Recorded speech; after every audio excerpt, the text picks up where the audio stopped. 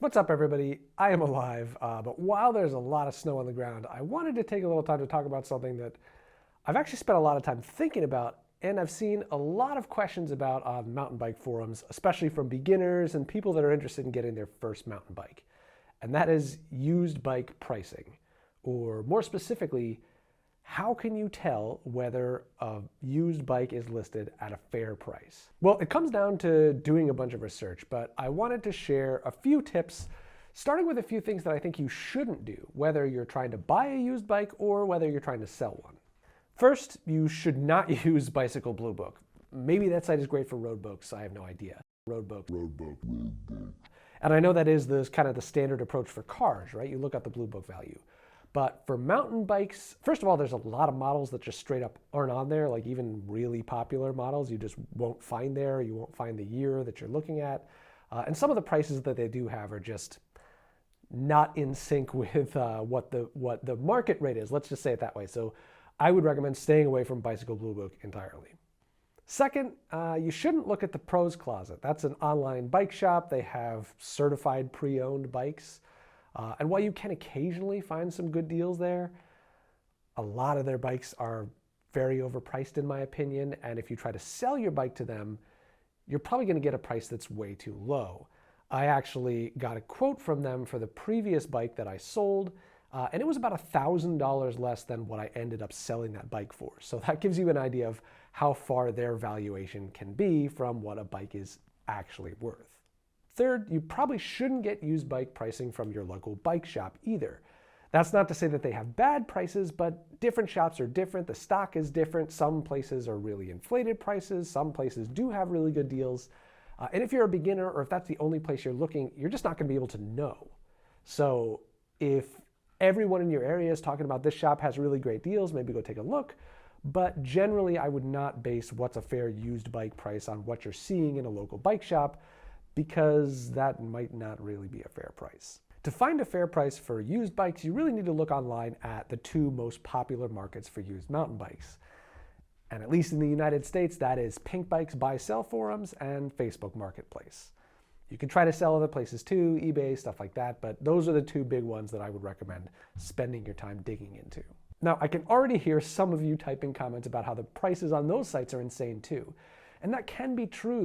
The thing about Facebook and Pinkbike and sites like that is that there are some fair prices on there. There are some great prices on there. And there are some terrible, very delusional, way too high prices on there. And because those really overpriced bikes don't sell, any given time you log on, you're going to be seeing a lot of those prices because the bikes are still there. So what you're going to be seeing isn't necessarily a fair representation of the real value. You're seeing a bunch of bikes that have been there for months because they're vastly overpriced. But there are two things that you can do to counteract that. The first is to check often and track the bikes that you want to buy. On Pinkbike, that's actually really easy because you can just add them to your watch list. So add any bike models, listings that you see that look interesting to you to your watch list, and then check it a lot. Pay attention to the prices, pay attention to what sells and what doesn't. If you've spent some time on Pinkbike, you probably have also noticed that they actually list some sold listings in your search results. Like if you search for a certain type of bike, you'll see a bunch of bikes that are available and you'll see some of the recent bikes that have sold. This is a really useful tool for seeing what the actual value of a used bike is. Now there are some caveats. Obviously, when you see that sold bike, you're still just seeing the price that it was listed at. It's possible that the buyer talked the seller down a few $100. That's pretty common. So the listing price on a sold listing doesn't necessarily mean that's the exact price that the bike sold for, but it gives you a pretty good general idea, at least, of what a reasonable listing price is. If a bike is listed at $3,000 and you see that it's sold, maybe it sold for $3,000, maybe it sold for $2,800, but you can probably be pretty confident that that's a reasonable price for it.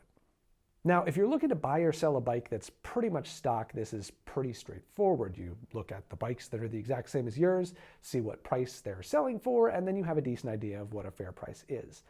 It gets a little bit more complicated if you are interested in buying or selling a bike that's a bit more custom. It's got some upgrades. Maybe it's a frame-up build, Frankenstein type thing like the one that's behind me right now. To demonstrate what I'm talking about, let's walk through the process and try to come up with a fair listing price for the Meta TR that's behind me right now. I actually am going to be selling this bike this spring, so this will be a worthwhile exercise to figure out, hey, what could I actually sell this for? Now, this is the bike that you saw me build up last year in that series, the Budget Baller bike build, although it did not end up being a particularly budget bike, but I was trying to save money, and it ended up being, I think, $6,000 or $7,000 total. So it was not very budget, but that's what I was trying to do.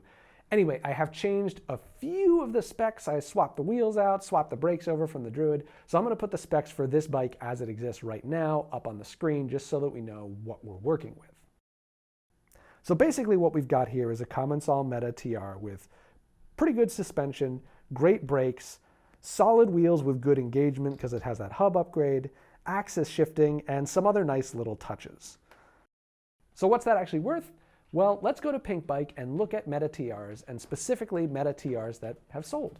And we're going to stick to ones that are from the same frame generation as the one that I'm selling. This is a 2021, so we'll look at 2021s and 2022s. They didn't change anything about the frame or the geometry during those years. So the fairest comparison is going to be that. We don't want to compare the prices on this to like a 2019 Meta TR because the frame is different. So here's one that sold for $3,500. Again, we don't know the final sale price, but that's what it was listed for, so that's what I'm going to be talking about in this video. And spec-wise, this one is pretty similar to mine. It does have an axis dropper, which is nicer than mine, but it also has cheaper brakes and probably a lower engagement hub. And it doesn't have some of the extras like the threaded bottom bracket or the threaded EDC carrier and tool. But overall, I'd consider this a pretty similar level of parts quality, so this is a good comp. Now here's another one that sold for $2,300. But we can see this has a lower parts spec pretty much across the board, and especially the suspension and the brakes. This one probably isn't a good bike to compare to mine price-wise. Here's one that sold for $3,300, and again it looks pretty similar to mine. It doesn't have the electronic shifting, but it does have a very high engagement hub, so again this is a pretty good comp bike. Here's one that sold for $2,900. It's got Fox factory suspension, which is arguably nicer than mine, although it doesn't have axis shifting or some of the other bells and whistles. Still, this is a good comp bike as well. Here's one that sold for $2,500 US, and it's easy to see why. Comparable suspension and nicer carbon wheels, although the hubs are lower engagement, and it only has an 11-speed non-axis drivetrain. Still, though, this is a decent comp, and it seems like a steal for this price. It's not often you find a bike with carbon wheels for under $3,000, so I bet this one sold really fast. And this is a good reminder, by the way, that you can find some kind of crazy deals on Pinkbike if you're checking it often and you act fast. Here's one that was $2,900. It's got slightly lower end suspension and no electronic shifting, but it has the same brakes as mine, so it's a decent comp. Finally, here's one at $3,900. This has nicer suspension and a nicer dropper than mine, and nicer wheels. Comparable brakes, no electronic shifting, and it doesn't have some of the small bells and whistles mine has, but again, this is a pretty decent comp. So we've got some interesting comparison points there. Nothing that's exactly the same as this, because obviously this is a completely unique bike, but we've seen some that are a similar spec level with some parts a little nicer, some parts a little less nice, and we've found a basic ballpark range. In terms of the bikes that I said were good comps, we had a range of $2,500 on the low end to $3,900 on the high end. Obviously, none of them are exactly the same as this, but reasonably comparable. A lot of the lower price bikes were arguably lower spec than this one. And on the other hand, the $3,900 bike was arguably a better spec than this one, although it didn't have axis shifting. So there is that to consider. So when I list this bike for sale, it seems to me like a reasonable range is probably somewhere in the area of like $3,100 to $3,700 on the higher end. Now, I do need to get rid of this to make room for something different. Yes, there's going to be another new bike again.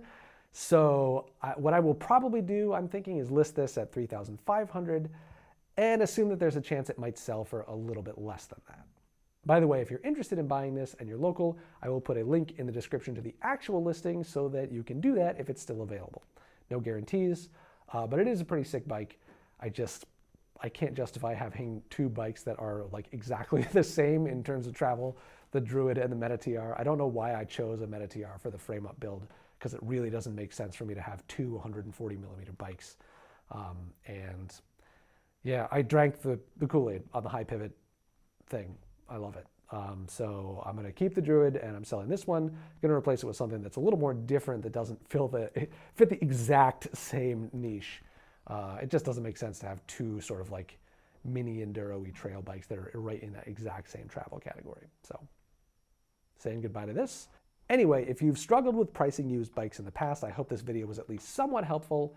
This is all just my opinion, of course, but the big takeaways I would say are: don't price bikes based on Bicycle Blue Book or the Pros Closet or your local bike shop. Look at Pinkbike and Facebook Marketplace and check them often. Follow the specific models that you're interested in and look specifically at the sold bikes to get the best idea of what the actual value is. That'll help you filter out the crazy overpriced ones, because if it's crazy overpriced, it's probably not going to sell. You do have to keep in mind, of course, that the sold listing price is not necessarily the sold final price, but that's going to give you a pretty good ballpark for what the actual sale price was. Anyway, if you've got any hot tips on buying or selling used bikes, drop them in the comments and let us know. Otherwise, I'm just going to be here working on bikes, waiting for the snow to melt. And until then, I hope you have a chance to get outside and ride, and I will see you in the next one. I don't know exactly when the next one is going to be, but I do plan to do a little bit more with this channel this year. That said, if it starts to feel like work, I'm going to stop doing it for a while, because I really never want my mountain biking to feel like work. That's why I didn't do that many videos last year, because it just started to feel like it was kind of a chore, and I just wanted to get out and ride and have fun. I'm not really making any money off this channel, so it doesn't make a lot of sense for me to do it when it feels like it's a slog. But I'm feeling kind of reinvigorated right now, feeling like I want to make some more videos. I've got some interesting ideas, so there should be some more videos this year. So yeah, stay tuned, and maybe I'll see you out on the trail. Goodbye.